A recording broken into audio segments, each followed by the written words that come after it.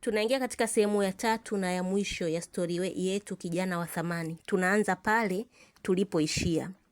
Hivyo Husna akaamua kutoroka na kumwachia mtoto kama adhabu ya Asad ya kumwacha peke yake mpaka yeye kutembea na mtu asiyemtaka. Omari alishusha pumzi na kusema, kwa hiyo Muhsin hakuwa mtoto wa Asad?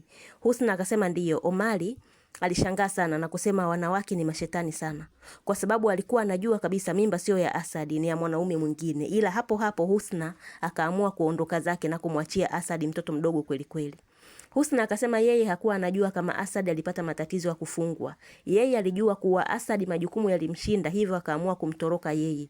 Na yeye alipata hasira baada ya Asad kuondoka kwenye maisha yake, kwa sababu Asad yeye ndio aliyemtorosha nyumbani kwao, na ndio maana baada ya kujifungua mtoto akaamua kumwachia, kwa sababu alimuona yeye ndio chanzo cha yeye kupata mtoto na mwanaume mwingine. Maongezi yalikuwa ni ya huzuni sana, ila mwisho akaenda kulala. Asubuhi waliamka na kujiandaa, wakaelekea kwenye kaburi la Muhsin. Huko Husna alilia sana kwa majuto, kwa sababu hakujua kama anafanya mpango wa kumuua mtoto wake mwenyewe. Anakumbuka Husna baada ya kumtoroka Asad alienda kuishi maisha magumu sana. Alijiuza sana, alifanya kazi za baa, lakini siku moja alikuja kupata msaada wa mbaba mmoja mtu mzima ambaye alijitolea kumsaidia. Huyu alimpeleka kwake na kumtambulisha kwa mkewe, na hapo walianza kumlea kama mtoto wao. Husna anasema yeye japo ya kuanza mahusiano ya kimapenzi kwenye umri mdogo, ila darasani alikuwa na akili sana. Kwa hiyo baada ya kurudishwa shule sekondari, Husna anasema alifanya vizuri sana, na form 4 akaja kufaulu vizuri na kuendelea na masomo ya A-level. Alimaliza na kufaulu na kwenda chuo. Huko chuo ndio alifanikiwa kukutana na Omari na kuanza mahusiano. Na baada ya kumaliza chuo alifunga ndoa, ila baada ya kuoana alienda tena nje ya nchi kujiendeleza kimasomo. Na miaka yote hiyo alikuwa hajui nini kinaendelea kwa Asad na mtoto aliyemwachia. Baada ya kutoka kwenye masomo yake, Husna alirudi kwa mumewe, na hapo mumewe akamwambia kuwa alivyokuwa masomoni nje ya nchi huku Tanzania, yeye alifanikiwa kukutana na kaka yake aliyepotea miaka mingi iliyopita. Ila kwa bahati mbaya siku anamuona kaka yake ilikuwa ni siku ambayo kaka yake alipata ajali mbaya sana ya gari. Na kabla ya kuzungumza chochote kile na kaka yake huyo, kaka yake akafariki.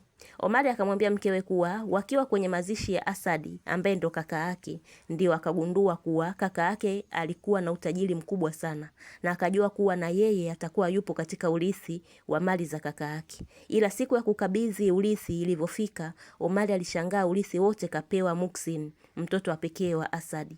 Hapo ndio Omari anasema alichanganyikiwa akili na kuhisi kupagawa kabisa. Hivyo Omari akamwambia mkewe kuwa lazima wafanye kitu ili waweze kupata mali za Muhsin alizoachiwa na baba yake. Husna na Omari wakapanga kumuua kijana Muhsin, ila walitaka kumuua kwa akili. Walitaka kumuua ila wasijulikane kama wao ndio wauaji. Husna anasema akaingia maabara na kutengeneza sumu kabambe sana, ambayo hiyo ilitakiwa kumuathiri Muhsin taratibu taratibu. Baada ya kutengeneza sumu, siku moja walimwalika Muhsin nyumbani kwao, wakala wote chakula cha usiku, na baada ya hapo wakanywa vinywaji kwa pamoja. Hapo wakafanikiwa kumwekea ile sumu Muhsin kwenye kinywaji chake. Baada ya muda kupita, matokeo mazuri ya ile sumu yalianza kuonekana, kwani kijana Muhsin alianza kuumwa. Aliumwa kidogo kidogo, baadaye hali ilikuwa mbaya na Muhsin kulazwa hospitali. Na mwisho wa siku Muhsin aliaga dunia kama walivyokuwa wanataka. Na baada ya kufariki Muhsin ndio wakaanza kujimilikisha mali zake, bila kujua nini alichokifanya Muhsin kabla ya mauti kumfika. Husna alilia sana mbele ya kaburi la Muhsin, huku akiwa anaomba msamaha kwa Muhsin kwa kumuua kwa sumu. Alilia sana Husna, alilia kwa majuto sana, alilia mno na kutamani muda urudi nyuma ili aweze kurekebisha makosa yake.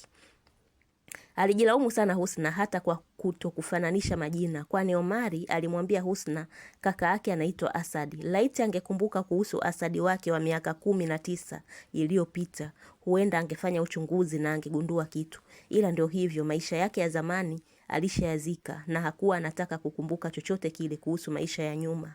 Na mwisho wake umekuwa huu sasa, yeye mwenyewe kumuua mtoto wake wa kumzaa bila kujua. Aisee, hakika ilikuwa ni majonzi sana kwa upande wake.